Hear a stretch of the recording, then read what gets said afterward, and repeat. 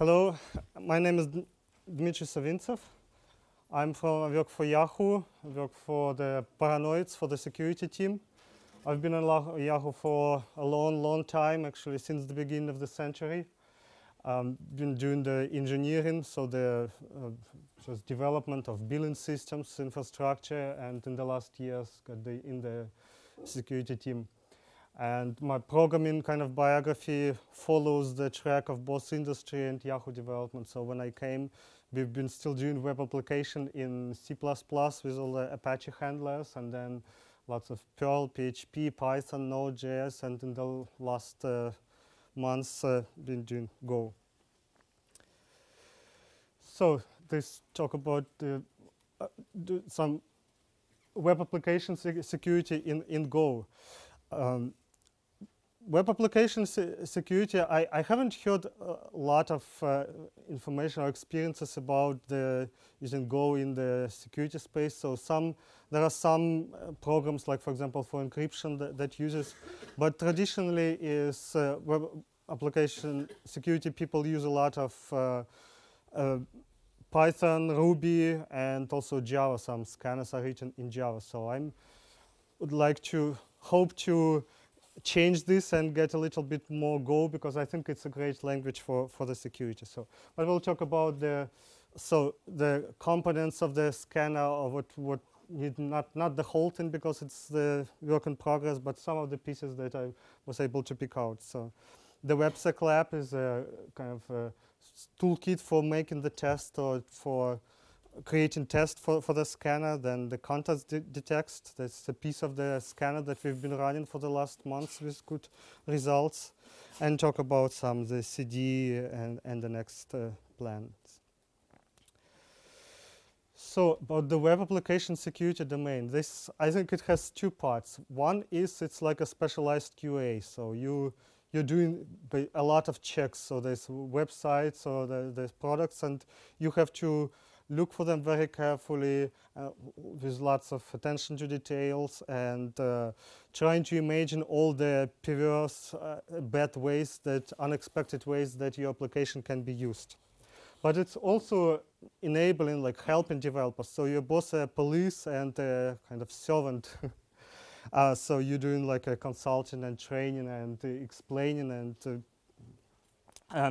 and for that work, the automation is paramount at scale when you have to do a lot. So you usually have a few guys and hundreds of thousands of developers. So the ratio of coders to paranoids requires automation, and you also have to do a lot of tools. Tools are at the course, and what we've found out that we need custom tools. So it's not enough just to take something that's available on the market or in the open source. You end up making them, because also things change. You need to adapt. You have to create your own. So we run our own scanner. So my kind of specialty at Yahoo is maintaining and developing XSS scanner. So our part of the scanning system that is targeted at XSS and related things. And that's what takes a lot of time, to create a scanner and to be able to scan all the sites all the time. That's our purpose, our kind of dream, so that we scan all the production sites as well as all the sites that are coming from the CD pipeline, or fire hose, you can say. Well, I really got to Go, and I could sign up if you've seen it, .go, Andrew's talk, why he liked Go. So it's a lot of things that I feel as well, starting from Go format. That was relevation. That's exactly, I think, how it should work. But especially for tools development, and not just for ops. So the advantage is that there's easy to deploy with static libraries. You don't have this dependency hell. There's usually less runtime errors, undefined functions, undefined symbol. You have the whole build chain, so the compiler, dependencies are also written down, and the test facilities are right there. So it's when you have the test files, you have like file, and then there's file_.go. When they are placed together, then it stimulates people to write good tests, or at least write some tests. And when you look at reviewing the code, if you see that there are no _test files, then there's something wrong. And especially for web security tools, advantages are that the great HTTP stack and the whole network, kind of the batteries included. Of course, concurrency and performance are important when you have to scan many thousands of sites and do it in reasonable time. What I like for the just general tools is that it's easy to make a web GUI. So usually you do a tool and do command line interface, but if you need, or if you prefer something nice or want to give a user something nice, it's almost trivial to put a wrapper around the functionality. And especially for the security tools, where I think Go has or provides a feature what I call abstraction elevator. So you could change the level of abstraction. You could normally program at a relatively high level, like almost like with the scripting languages. But if you need to go further, go down, so almost you could go all the way to the packet shifting or to those network primitives and rewrite or modify them. So at times it comes. Well, so our first, I won't talk a lot about this, but kind of the first dip in the toes project was the dead link crawler. That was my learning project or free time project. I thought about then kind of getting a feel whether it would be appropriate for a web security scanner eventually, and took a very simple task, just finding dead links. And when you have lots of sites, they come from periodically, and so it worked very well. It was able to plow through thousands of Yahoo sites. I made it specifically just for Yahoo.com and flew a couple of other domains like Flickr and Tumblr. It found a couple of dozens of bad links that then we fixed, something like maybe 2 clicks from the home pages.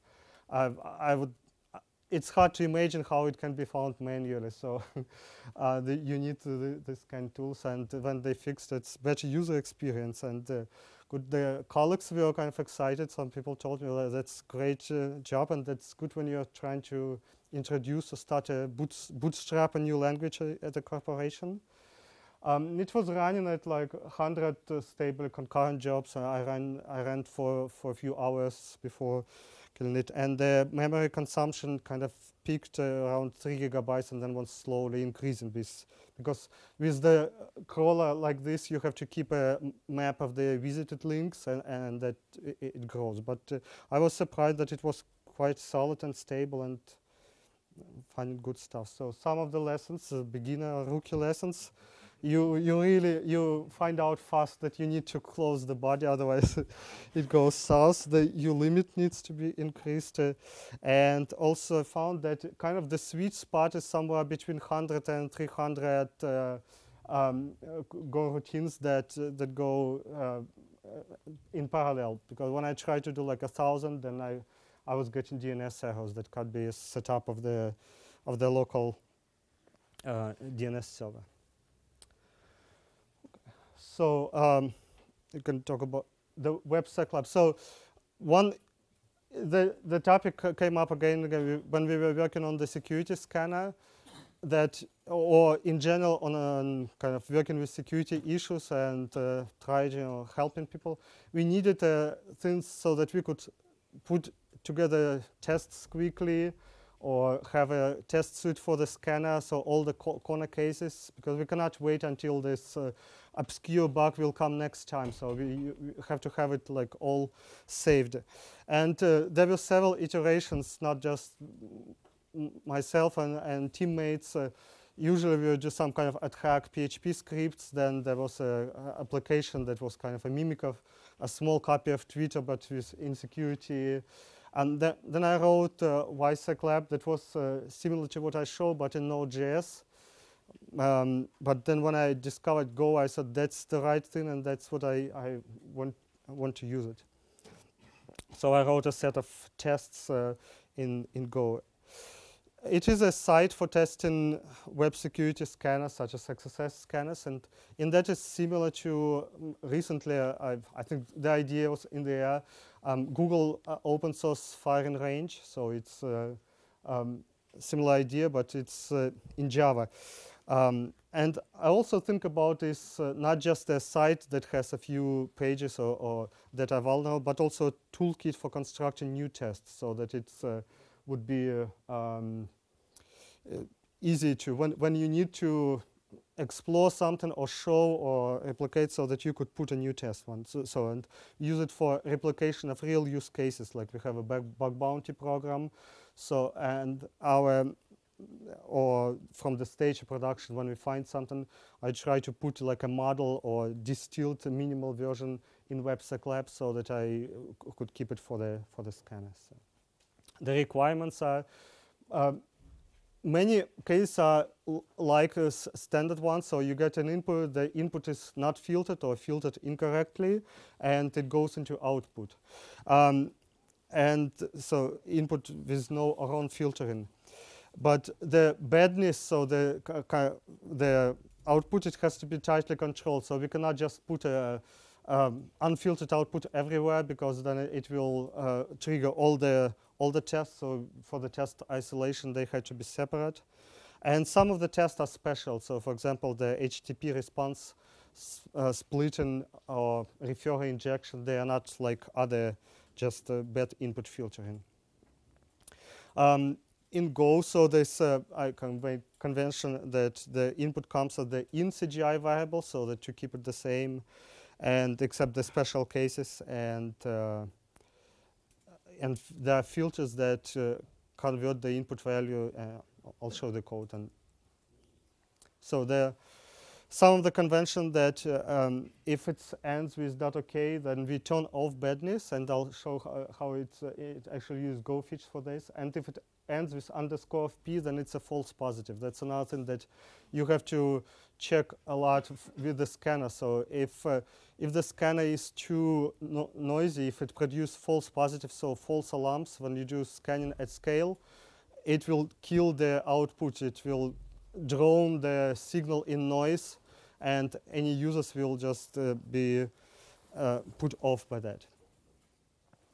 So it's you can think about this. I realized when I've done this, it's special purpose web mini framework. So it has a place where it picks up the templates. So it uses Go templates.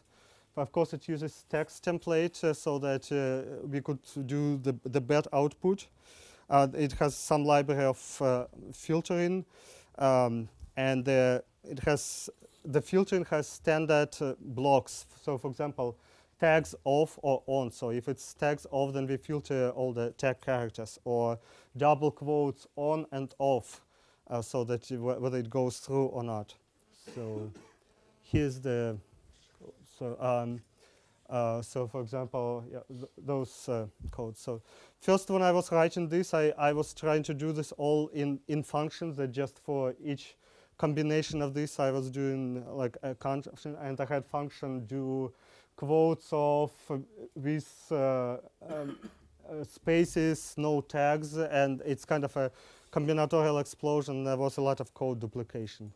So then I got this one, and got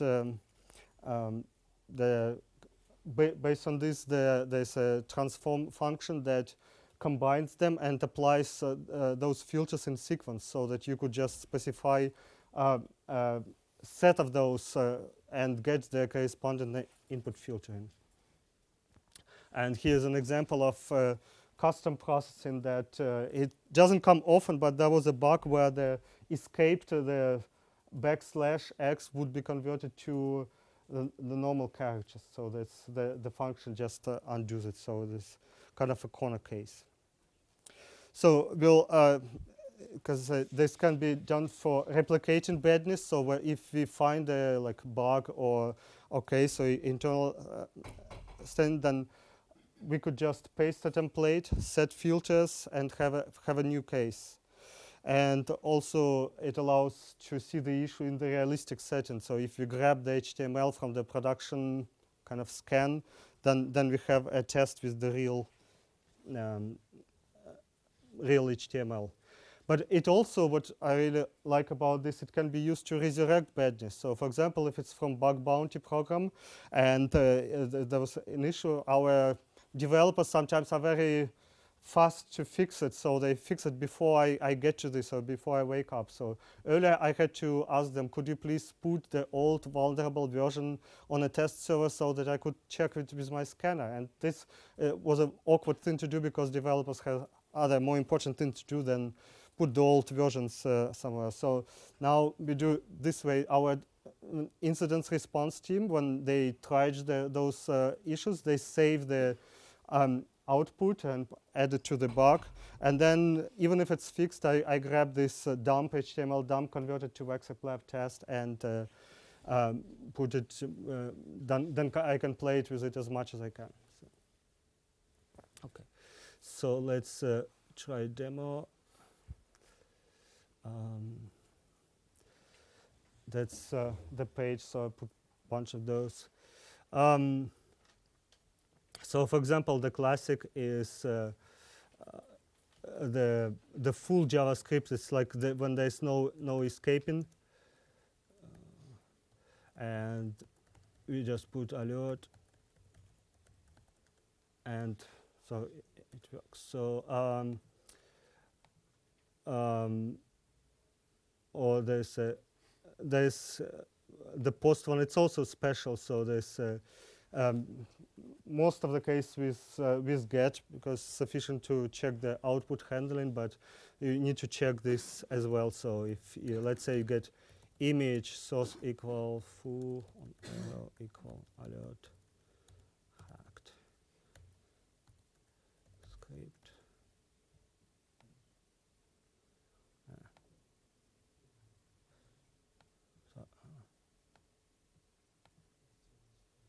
that's image.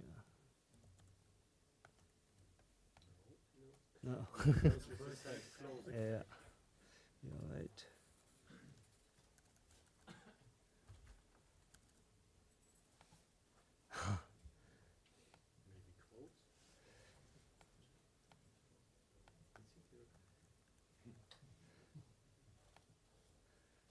Oh.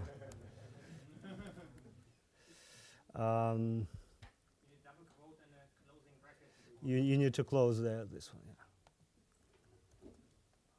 Equal alert. Okay, so plus tense.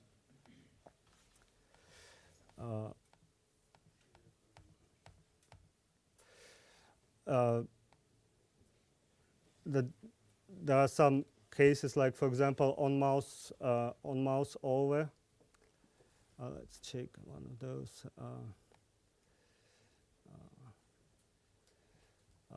Or on mouse over.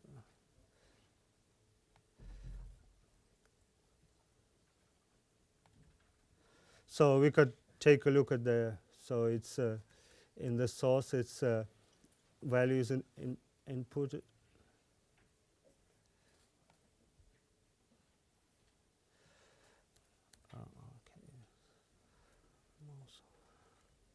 Anyway.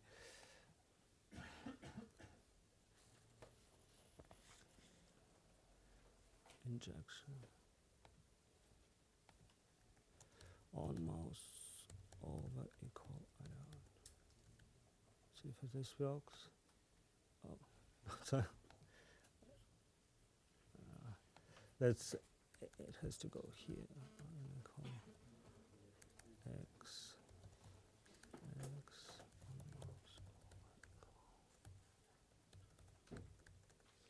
ah.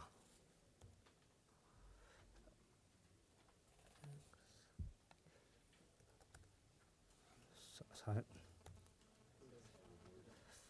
Alert. Alert.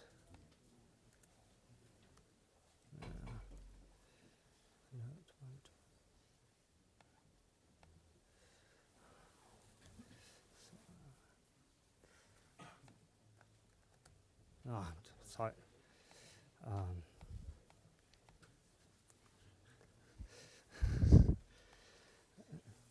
Bad.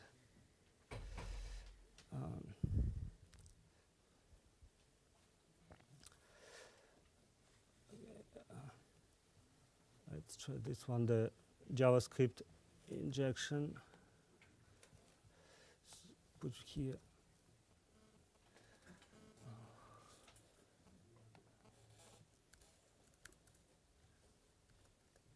Yeah, so this injection in JavaScript, and we could see the source. This is in the JavaScript block. It puts this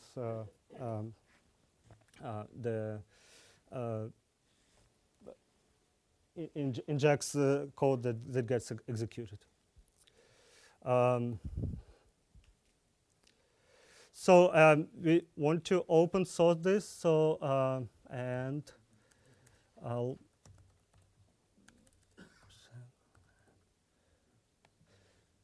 so.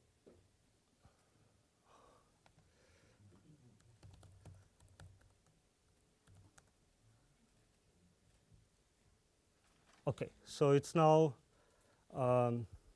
public, and there's a description in the README of the tests.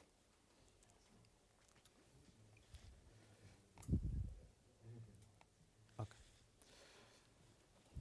I hope that it would be useful for the consultants and the people who not only to develop the scanners, but people who work with the doing pen testing and they can copy or make the tests from the webseclab. Okay. The next piece that I want to talk is the context detect. So that's actually in the XSS scanner is the piece that responsible for the analysis of the output. So there's usually the scanners, they send some fuzzy string to the site. It returns output, and then you need to analyze it. So previously we had lots of regular expressions and the custom scripting.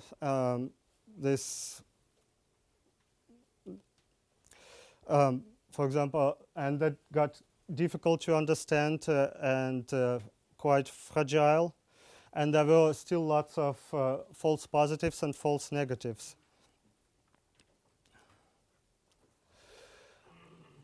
Then we modified it to use Go, and we used HTML5 parser for analysis. So and it worked. HTML5 parser has the tokenizer and the high level, the parser interface. We use the parser, and it defines or verifies the context of injections, and this way we can do different injections. They may be innocuous if they, for example, in the properly quoted string, or they can be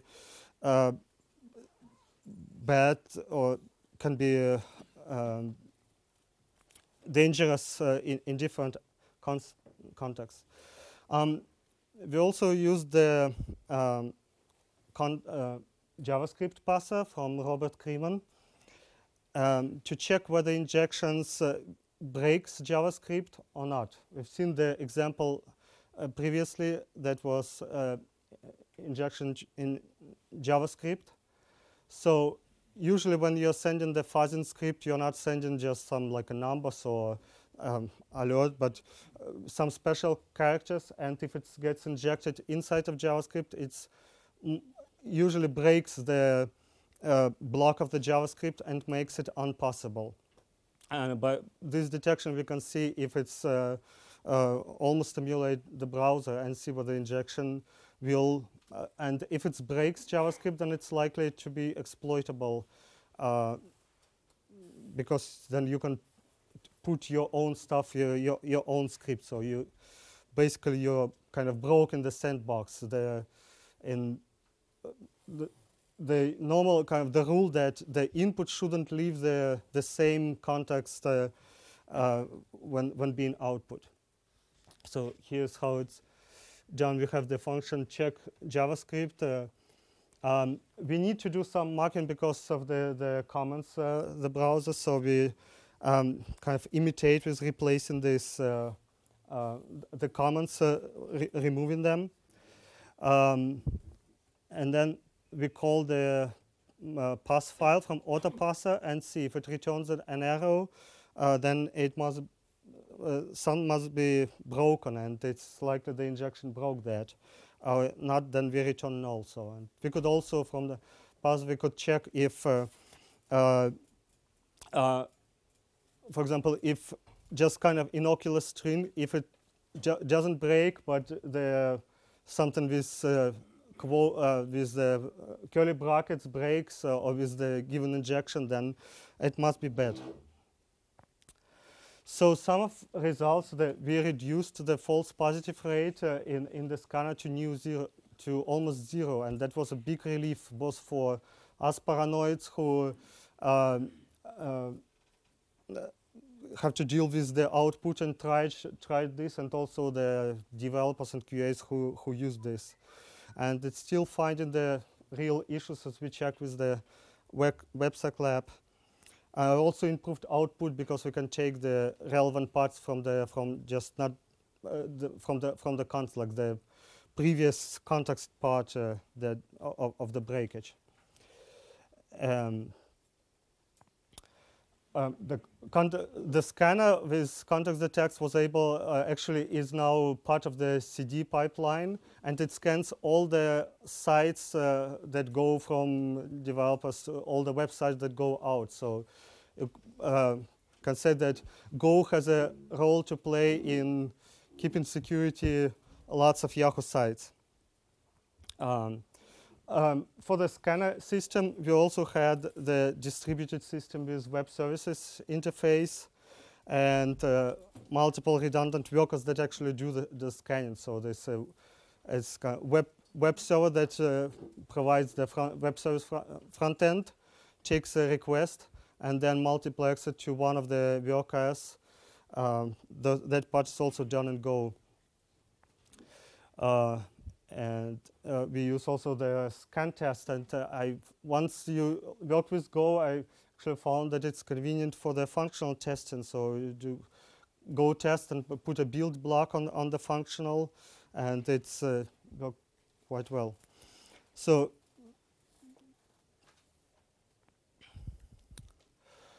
some of the thought that with dependency management in a corporation environment, of course, we have to pin the third-party dependencies. And personally, I would like to limit the code in my repository to my code, so that it wouldn't have like all dependent libraries locally. It's maybe necessary in kind of outside, but we have trust that our mirrors will not go down, or they have proper replication. And Go, this idea that there shouldn't be config files, but if we want to pin the third-party dependency, then we are willing to compromise on the no config files ideal. One of ideas or thing that we explored is using androidhyper tool. That's a tool for management number of dependencies. So it requires a manifest, a default.xml. It specifies like the sources and the path, and it fetches the whole projects. It can be used to lay out the workspace and map wrappers to the path. We used it for a few months, and so there are some advantages, like, for example, default.xml introduce at a glance documentation, and it shows you all the dependencies in one place. And also our CD system has a nice feature that if the dependencies change in default.xml, then it rebuilds it triggers your build. It wasn't done for Go, it was done for Android libraries, but we reused it, and it came to be very useful. And now we are thinking about, so I like default.xml because then I don't have to invent or repo manifest to invent a custom format. and it's something that some developers know already. They're thinking about like doing it, maybe generating automatically with Go list, so that then you can change only the like versions, put the revision if you want to pin certain libraries, and it can be also maybe filled by the CD system automatically. So the next steps expand the context detector and convert also to the full Go scanner. Currently, it's some of legacy pieces that interact with Go and share it with web security community to promote Go among security people. And also, I'd like to hope to publish the deadlink scanner. So in conclusion, we found that Go is excellent foundation for security tools, and also it's very stable for large-scale systems. So I like our scanning in CD system. It's been running for weeks, and I've been going like on vacation and sabbatical, and it was still running surprisingly stable. And my teammates also appreciate this. If sometimes people say that Go is boring, so I think it's one part where boredom or Go being boring is great when it operates and just runs and runs and runs. And there's a lot of room for innovation and potential for the collaboration of web security and Go community. So if you're interested in doing this, ping me or let me know, so maybe we can cooperate. Thank you.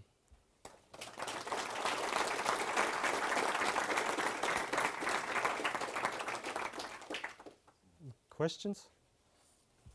Yeah? In slide 9, you talked about the Go routines having an optimal performance at around 200 or 300 Go routines. Mm-hmm. Was that machine specific, or did you find that it's also for different systems? I think it's DNS. It depends on the DNS servers. If you use the glibc resolver, they have threading bugs. So if you use the pure Go, if you build your Go binary with netgo, use the pure Go DNS one, you can do as many as you want. Yeah. So it has nothing to do with... Okay, so I should try. So I try to rebuild it with... Yeah, the glibc bug is fixed in I've seen it, yeah. And what kind of bug is it? It's, you know, C programmers don't use concurrency much, so... No, I mean, like, there's really just a latent data race bug in glibc in the threading, so... Well, why is the default? So in Go 1.5, we're thinking of making it the default if you don't have a weird etc resolve comp and nsswitch.conf. So we're going to try to detect like you're not doing anything fancy, and we don't really need the glibc one. And why do you use glib for that? Because unfortunately, distributions and operating system vendors cram a lot of smarts into glibc instead of putting it in the kernel or something. And so, for instance, on OS 10, if you have a firewall, you can't resolve DNS because it won't open the port to receive the UDP packet back. And so the glibc one bypasses the firewall. And there are similar stories on Linux. Well, not glibc on Darwin. That's libc, whatever it is. But on Linux, we have to do it because a lot of like weird enterprises have like LDAP lookups or something, or like weird special policy for like how things work that's only at the libc level. So.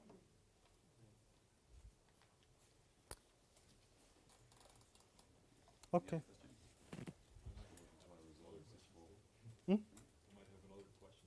Sure. You talked about the JavaScript interpreter to check your JavaScript breaking. Mm-hmm. But isn't that also pretty specific for the web browser to break on certain code and other web browsers to not break on any code?